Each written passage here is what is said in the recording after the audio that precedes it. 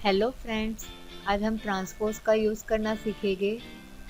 Transpose का मतलब है आपके पास कोई डेटा है, वो वर्टिकल में है और आप उसे हॉरिजॉन्टल में देखना चाहते हैं, और हॉरिजॉन्टल में है और आप उसे वर्टिकली देखना चाहते हैं, तो उसके लिए हम ट्रांसपोज़ का यूज़ करेंगे। ट्रांसपोज़ का यूज़ करने के लिए अब हम इस वाले टेबल को सिलेक्ट करते हैं। सिलेक्ट करने के बाद हम यहाँ पे राइट क्लिक करेंगे, तो यहाँ पे पॉपअप मेन्यू खुल जाएगा। उसमें से आप कॉपी करेंगे या फिर आप कीबोर्ड से भी कंट्रोल C करके कॉपी कर सकते हैं, या फिर आप होम टैब में से भी कॉपी कर सकते हैं। यहाँ पे हम कॉपी करते हैं। टेबल जो है हमारा कॉपी हो गया है। अब किसी भी सेल में जाके हम क्लिक करेंगे जहाँ पे हमें ट्रांसपोज़ करना है। क्लिपबोर्ड ग्रुप में से हम पेस्ट पे क्लिक करेंगे, वहाँ से ट्रांसपोज़ पे क्लिक करेंगे। एस्केप की को प्रेस करेंगे सिलेक्शन हटाने के लिए। अब हम यहाँ पे देखते हैं तो हमारा टेबल जो है वो ट्रांसपोज़ हो गया है। अब हम यहाँ पे फर्स्ट वाले टेबल में देखें जहाँ पे हमने printer, scanner, CD-ROM, hard disk total जो कि हमने हॉरिजॉन्टली लिया था, वो ट्रांसपोज़ करने के बाद वर्टिकली हो गया है, और जो वर्टिकली हमने लिया था वो ट्रांसपोज़ करने के बाद हॉरिजॉन्टली हो गया है। यानी कि यहाँ पे ट्रांसपोज़ की हेल्प से हॉरिजॉन्टली टू वर्टिकली और वर्टिकली टू हॉरिजॉन्टली कर सकते हैं।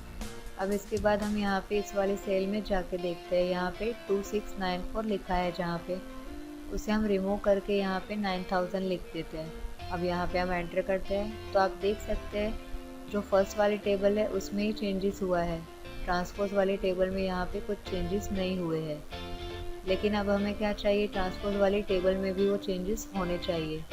इसके लिए हम क्या करेंगे, यहाँ पे ट्रांसपोज़ वाले इस टेबल को हम ऐसे सिलेक्ट करेंगे, रिमूव कर देंगे, या फिर राइट क्लिक करके आप यहाँ से डिलीट करके ओके कर देते हैं। ओके करने के बाद ये रिमूव हो गया। इस वाली वैल्यू को हम वापस से लिख देते हैं 2694। अब हम जो फर्स्ट टेबल है उसमें कोई भी चेंजेस करें वो हमारे ट्रांसपोज़ वाले टेबल में भी देखना चाहते हैं, तो उसके लिए हम इस टेबल को सिलेक्ट करेंगे। अब हम हमारे नेम बॉक्स में देखते हैं तो यहाँ पे हमें क्या दिखाई दे रहा है, 7 रो इंटू 6 कॉलम, यानी कि जो हमने टेबल सिलेक्ट किया है उसमें 7 रो है और 6 कॉलम है। अगर हम इसका ट्रांसपोज़ करेंगे तो ये 7 रो और 6 कॉलम हो जाएगी। तो हम यहाँ पे अब सिलेक्ट कर लेते हैं 7 रो 6 कॉलम। उसके बाद हम यहाँ पे इज इक्वल टू का साइन लगा के ट्रांसपोज़ का फॉर्मूला यूज़ करेंगे। ट्रांसपोज़ लिखेंगे, ब्रैकेट ओपन करेंगे और हम हमारे डेटा को सिलेक्ट करेंगे। अब हम कीबोर्ड से कंट्रोल शिफ्ट एंटर प्रेस करेंगे। कंट्रोल शिफ्ट एंटर प्रेस करते ही आप यहाँ पे देख सकते हैं ट्रांसपोज़ टेबल हमें डिस्प्ले कर रही है। अब हम यहाँ पे किसी वैल्यू पे जाके क्लिक करेंगे और फॉर्मूला बार में देखेंगे तो आप देख सकते हैं यहाँ पे इसने वैल्यू को एरे में चेंज कर लिया है। अब इसके बाद हम यहाँ पे फर्स्ट वाले टेबल में जाएंगे, वहाँ पे कुछ चेंजेस करेंगे।